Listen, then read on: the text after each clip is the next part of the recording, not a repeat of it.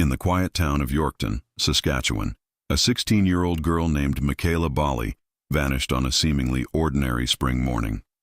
She was the kind of teenager everyone knew. Shy, polite, but with a mysterious spark in her eyes that hinted she dreamed of something far beyond her small-town life. On April 12, 2016, Mikaylay left home like every other day, or so everyone thought. What began as a normal school morning would soon unravel into one of Canada's most haunting disappearances, a case tangled in rumors, strange sightings, and unanswered calls that would torment her family for years. That morning, Mikaylay told her grandmother she was heading to school. She even packed her lunch and her phone, her backpack slung over her shoulder like any other student. But instead of attending class, surveillance cameras would later reveal something chilling. A trail of moments, brief but loaded with secrets. She stopped at a bank, withdrew a small amount of cash, and was seen waiting at multiple locations as if she were expecting someone. The time on the footage showed her pacing, looking around nervously, as though the person she was supposed to meet never came. When her classmates noticed she was missing from homeroom, no one panicked. Mikaylay was known to be quiet, often keeping to herself. But when the school called home later that afternoon, everything changed. Her grandmother's heart sank. She hadn't come back for dinner. Her phone went straight to voicemail. The first few hours were filled with confusion, then dread. Police were called, but what they discovered next would only deepen the mystery. Security footage captured Mikaylay moving from one place to another: a bank, a pawn shop, a restaurant, a bus depot. Every frame showed her alone, carrying her backpack, phone clutched in hand, and an anxious expression frozen on her face. No one else in the footage seemed connected to her. No known friend, no stranger approaching. Just Mikaylay, walking through the day like a ghost before she would vanish completely. Rumors began to swirl around Yorkton. Some said she planned to run away. Others whispered that she was meeting someone she'd met online, perhaps an older man. Her social media activity seemed to support this theory.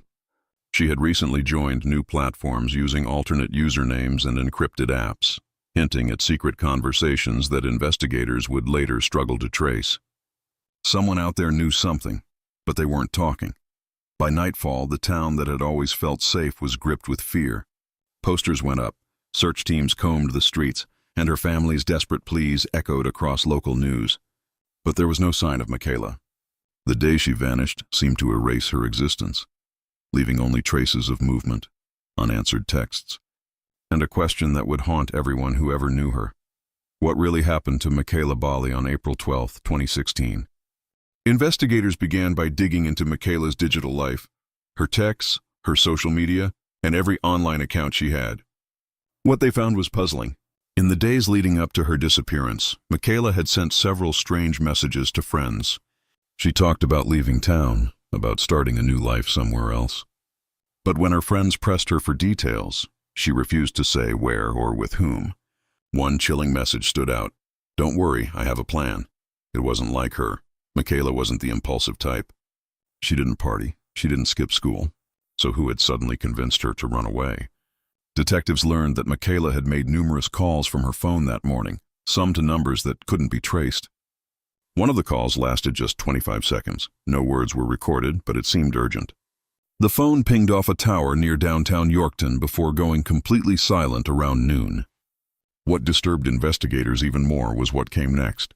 She had been seen talking to someone inside the bus depot, though the security footage never clearly captured the other person's face.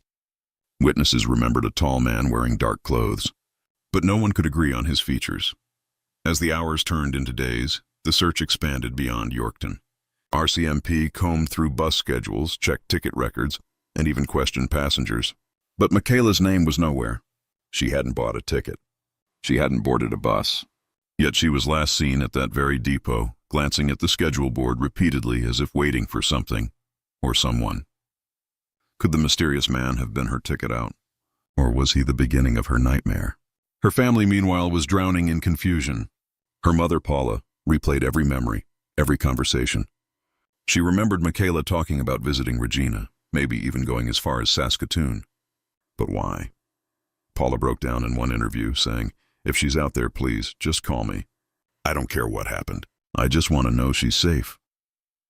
The world watched her mother's pain unfold on television, a woman clinging to hope in the face of silence. Investigators released Mikaylay's CCTV clips to the public. Every detail was examined. The way she held her phone, her nervous glances, her small, uncertain smile as she waited. To some, it looked like she was meeting a friend. To others, it looked like fear. Online sleuths from around the world started speculating. Theories flooded forums: trafficking, abduction, runaway, even staged disappearance. But none could be proven, and then, an unexpected twist. A witness claimed to have seen Mikaylay later that day, hours after the last confirmed sighting. This person swore she was walking near the highway, heading west, alone. But was it really her? Or just someone who looked like her? The uncertainty only deepened the agony. The question everyone began asking was no longer where Mikaylay went, but who might have been guiding her there. The next thread investigators followed was Mikaylay's movements that morning, hour by hour, minute by minute. The first verified stop was the TD Bank, just after 8:20 a.m. She withdrew a small amount of money, only $55. Why so little? Was it all she needed? Then she walked to a nearby pawn shop, asking about selling a silver ring. The clerk remembered her clearly, a polite girl, nervous, constantly checking her phone. But when told she couldn't sell the ring without ID, she quickly left. That ring, her grandmother later said, belonged to her, a family heirloom. Why was Mikaylay trying to pawn it off that day? Next, the CCTV from Tim Hortons caught her sitting at a corner booth, sipping a drink, scrolling through her phone. She stayed there for nearly an hour. The footage showed her glancing toward the door every few minutes, waiting. Some moments she smiled faintly, as if replying to someone. Other times her expression hardened, anxious and uncertain. It was as though she was caught between hope and fear. Finally, around 10:30 a.m., she stood up, slung her backpack and walked out, leaving behind an untouched half of her muffin. The camera captured her last known calm expression before everything spiraled into silence. Police analyzed her phone logs again. Between 8 and 10 a.m., she made over 10 attempts to contact someone. Each time, the number she dialed came back untraceable, a deactivated account or possibly a temporary app. One call, however, connected for 3 minutes. No one knows what was said.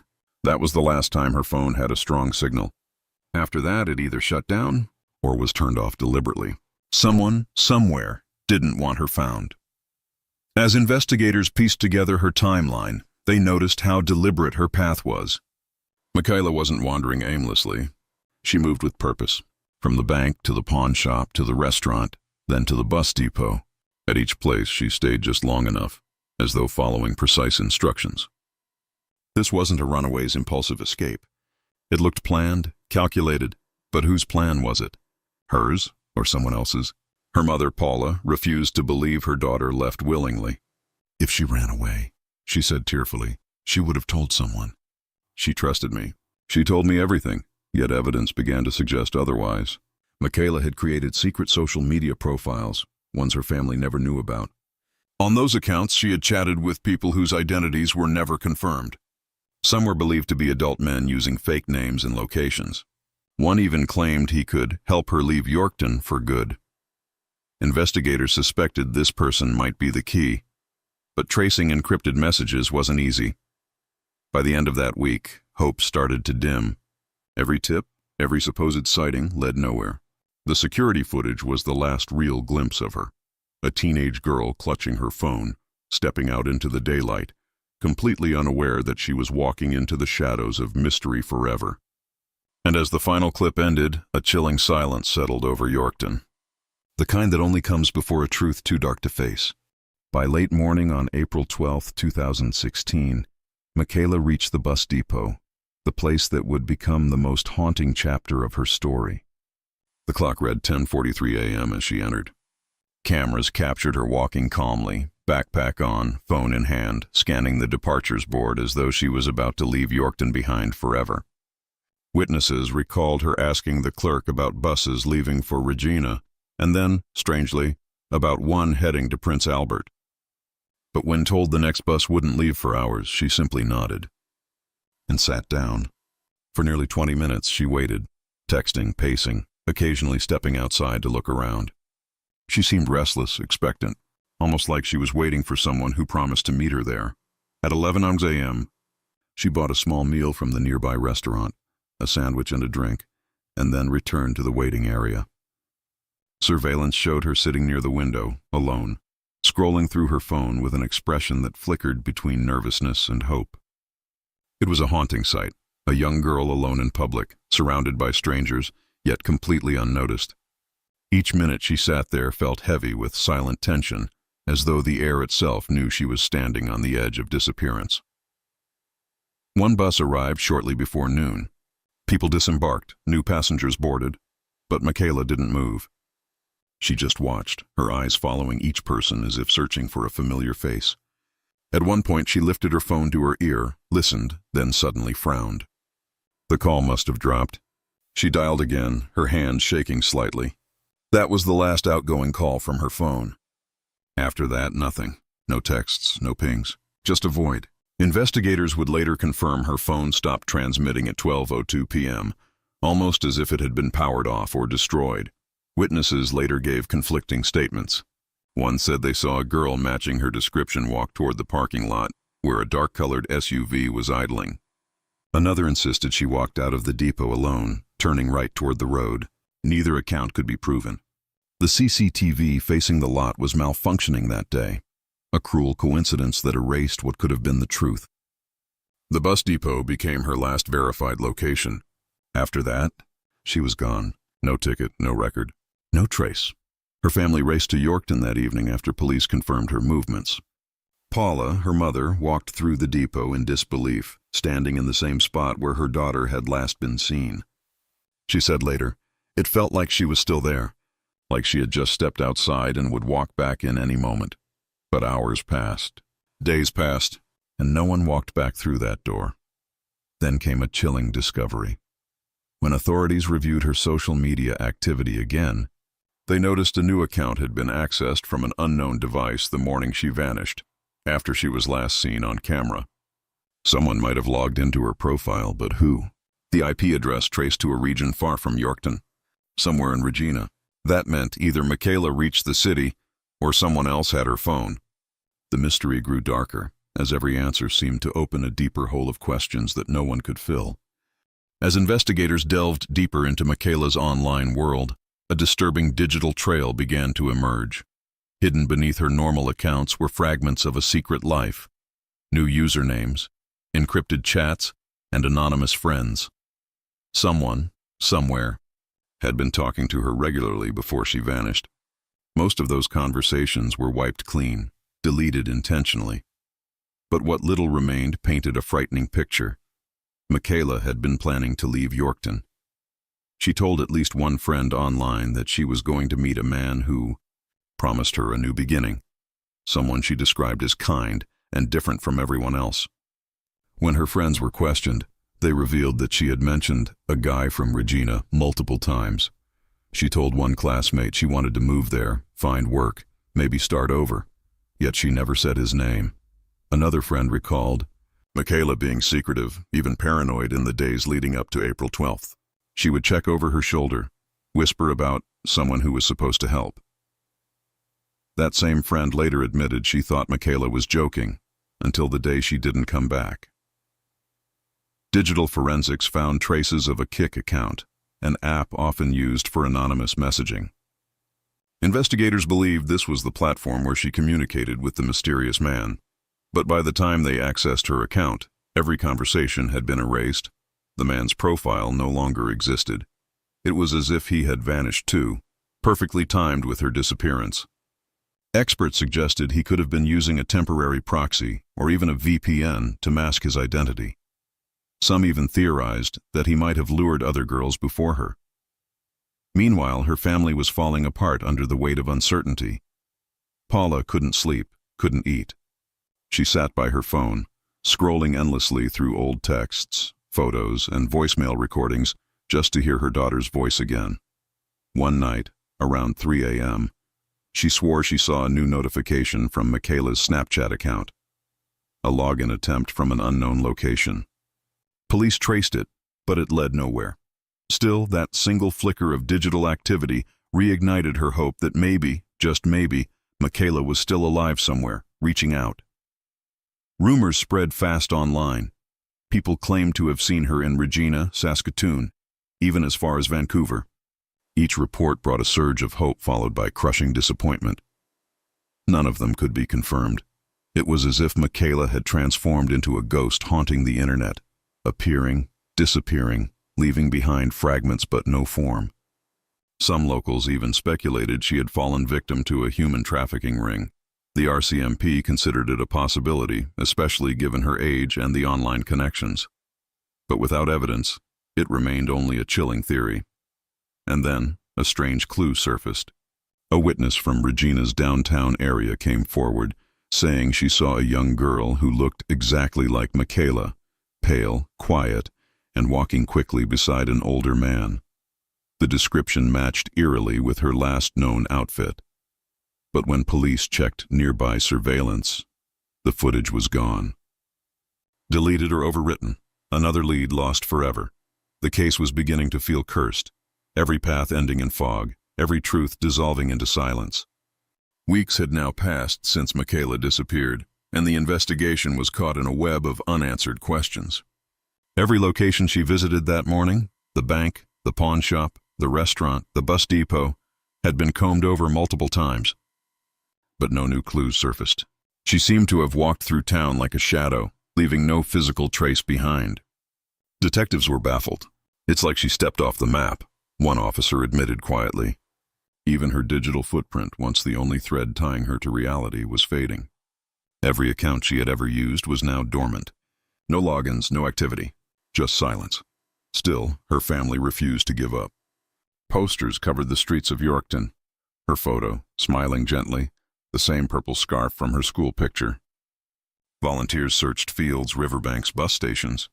Police dogs tracked possible scents that led nowhere. One scent even stopped near a set of train tracks outside town, but nothing beyond that point. It was as if she had evaporated into the wind. For her mother, the waiting became unbearable. Each night she imagined Mikaylay out there, cold, lost, scared, whispering, "Please, Mom, find me." Meanwhile, rumors in Yorkton grew darker. Some believed she had fallen into the hands of someone she met online. Others thought she had been taken against her will, drugged and transported out of town. And then there were whispers of an even more terrifying theory, that someone in the community knew exactly what happened, but had stayed silent out of fear.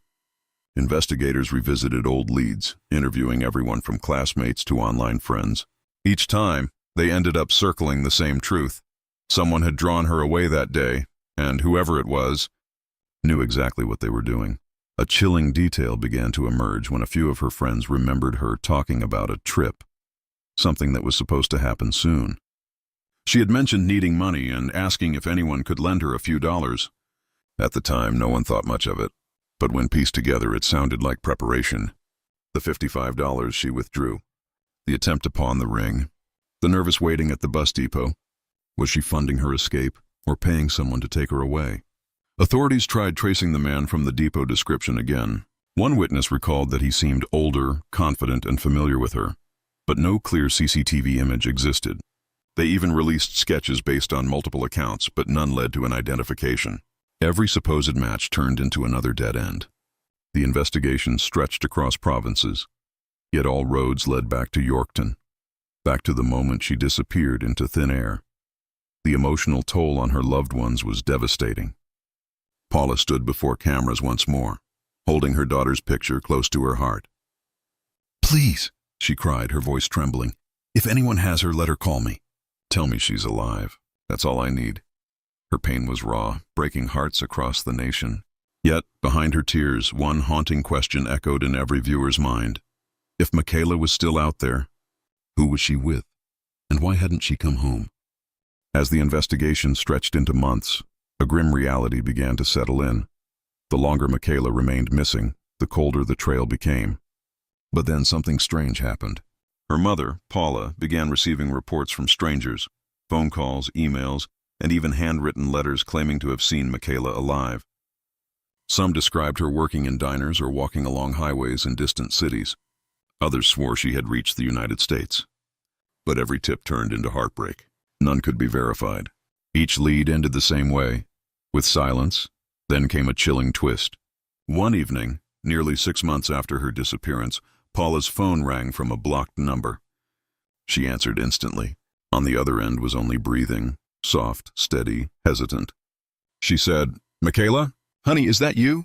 The line stayed quiet for a few seconds before cutting out completely. Investigators traced the call, but it was routed through an encrypted app, impossible to track. Paula remained convinced it was her daughter. She said later, "A mother knows her child's silence." That one moment reignited her hope and her fear. RCMP officers doubled their efforts, chasing any digital signal that could link back to Mikaylay. They discovered that several of her social media passwords had been changed weeks after she went missing. Yet no one from her family did it. That meant either her accounts were hacked, or she herself was alive somewhere, logging in quietly, watching from the shadows. But why wouldn't she contact her family directly? Was she scared, controlled, or did she truly not want to be found? The questions clawed at everyone's hearts. Meanwhile, online communities obsessed over the case. Internet detectives across Reddit and YouTube dissected every frame of footage, every timestamp. One theory claimed she had been catfished by a predator pretending to be her age. Another said she had joined an underground group, escaping her life voluntarily. But some theorists believed something even darker, that she might have been sold into a trafficking ring operating along major Canadian highways. The pattern fit too well, and yet there was no proof, only whispers and grief. Investigators re-interviewed her close circle. One friend admitted something she hadn't said before, that the day before Mikaylay vanished, she was upset about a conversation she had online. She told her friend, "If this doesn't work, I'll just disappear." That sentence now echoed like a prophecy. Was she referring to the mysterious man? Was she being manipulated into running away? Or was she trapped in something much bigger than anyone realized? The RCMP went public again, releasing an updated statement. "We believe someone out there knows what happened to Mikaylay. Even the smallest detail could solve this case." But no one came forward. Yorkton fell quiet again, haunted by the image of a girl waiting at the bus depot, phone in hand, eyes searching, heart full of secrets, moments before she stepped into a darkness that still hasn't ended. Nearly a year had passed, and the case of Mikaylay Baly had turned from a missing person investigation into one of Canada's most chilling mysteries. Yet faint ripples of hope began surfacing once again. Multiple witnesses from Regina claimed to have seen a girl who looked eerily like Mikaylay, quiet, reserved, sometimes alone, sometimes with an older man. One waitress said she saw the girl sitting in her restaurant, looking over her shoulder repeatedly, whispering on her phone. She looked scared, the woman said, like she wanted to leave but couldn't. But when police arrived to check security footage, it had already been overwritten. Another lead lost, another piece of the puzzle gone forever. Each new tip felt like a cruel tease to Paula and her family. They traveled to Regina, plastering her photo across bus stops, gas stations, and motels. Paula would sit in the car for hours watching the streets, hoping to see her daughter's face in a passing crowd. One night she thought she did. A girl with a purple scarf, walking quickly under the streetlights. Paula ran after her, calling her name. "Mikaylay! It's Mom!" But the girl never turned around. The figure disappeared into an alley, leaving Paula crying in the cold rain, her voice echoing through the empty streets. As media attention grew, new witnesses came forward, but most of them were inconsistent. Some swore she had dyed her hair. Others said she was using a different name. The RCMP chased every story, yet the farther they looked, the more distant the truth seemed. Behind the scenes, investigators started exploring the darkest theory of all, human trafficking. Experts explained that young girls like Mikaylay, isolated and vulnerable, were often targeted online, groomed for months, promised freedom or love, and then snatched before anyone could stop it. It fit her case almost perfectly, except for one thing. There was still no proof of who the man was. Digital experts tried to resurrect her deleted Kik messages, but the app's encryption made it nearly impossible. However, one recovered fragment contained a single haunting message. "Meet me where we said. Don't tell anyone." The timestamp. The night before she disappeared. That was the final digital trace she ever left behind. The police believed it came from the person she trusted, the one she thought would change her life. Instead, it was the message that led her straight into the dark. Paula described that discovery as a knife through her soul. She replayed every morning memory, Mikaylay laughing, making breakfast, brushing her hair. She remembered that last goodbye before school, the one she thought was so ordinary. She said, "Love you, Mom," Paula whispered during a press conference. And I said, "Love you too." I didn't know that was the last time I'd ever hear her voice. In Yorkton, her case became legend, a story parents told their children when warning them about the dangers of the internet. But to those who truly knew her, Mikaylay wasn't a ghost or a warning. She was a daughter, a friend, a bright young girl who dreamed of more. And somewhere out there, beyond the noise and theories, she might still be alive, waiting for someone to finally see her. By the second year of her disappearance, the once bustling investigation had grown quiet. Too quiet. Leads had dried up, hope was fading, and the case files were beginning to gather dust. But one question refused to die. How could a 16-year-old girl simply disappear in broad daylight in a small Canadian town filled with cameras and witnesses? The RCMP reviewed the footage again, frame by frame. The last image of Mikaylay showed her stepping out of the bus depot at 12:02 p.m., sunlight glinting on her hair. She turned right toward the parking lot. And then she was gone. No camera ever caught her again. That moment became known as the vanishing point. Forensic experts examined every theory: abduction, runaway, suicide, trafficking, and each carried flaws. If she ran away, why leave all her belongings behind? If she was taken, how did no one notice? If she planned her escape, why use traceable methods like withdrawing cash or asking about bus routes in public? It all felt too exposed, too reckless for a secret getaway. One detective described it as a script written by someone else, with her forced to play the role. Maybe Mikaylay hadn't been in control that day. Maybe she'd been following instructions from someone manipulating her every move. The community that once whispered theories now whispered prayers. Candlelight vigils were held each year, marked by tears, posters, and unanswered pleas. Paula stood among them, clutching a candle and a framed photo of her daughter. "She's out there," she said firmly, her voice trembling but determined. "I feel it. She's not gone. Someone has her, and she needs to come home." Her faith became her only weapon against despair. Every sleepless night, every missed birthday, she fought the same battle, refusing to let her daughter's name fade into forgotten headlines. And yet, there were still eerie signs that someone, or something, connected to Mikaylay lingered in the shadows. Anonymous tips arrived unsigned from across provinces. A few messages claimed she was seen in Calgary, working under a new identity. Others pointed toward Vancouver, near the waterfront. Some even said she had been spotted crossing into the United States. Investigators pursued each one, but every time they got close, the trail went cold, as if someone was always one step ahead, erasing the evidence before they could reach it. Digital specialists uncovered one final digital echo, a ping from her old Instagram account, logged in from a public Wi-Fi connection months after her disappearance. The IP address traced to a small internet cafe in Regina, but when police arrived, the computers had already been wiped clean. The cafe owner didn't remember anyone matching her description. It was a phantom login, proof that either she or someone who had access to her accounts was still out there. And so the truth dangled like smoke in the air, visible for a moment, then gone. Yorkton would never forget her name. The bus depot, the cameras, the empty roads, they all carried her memory like a silent echo. But deep down, one chilling reality remained. Somewhere between the morning sun and the afternoon silence, Mikaylay Baly stepped into a place the world could not follow.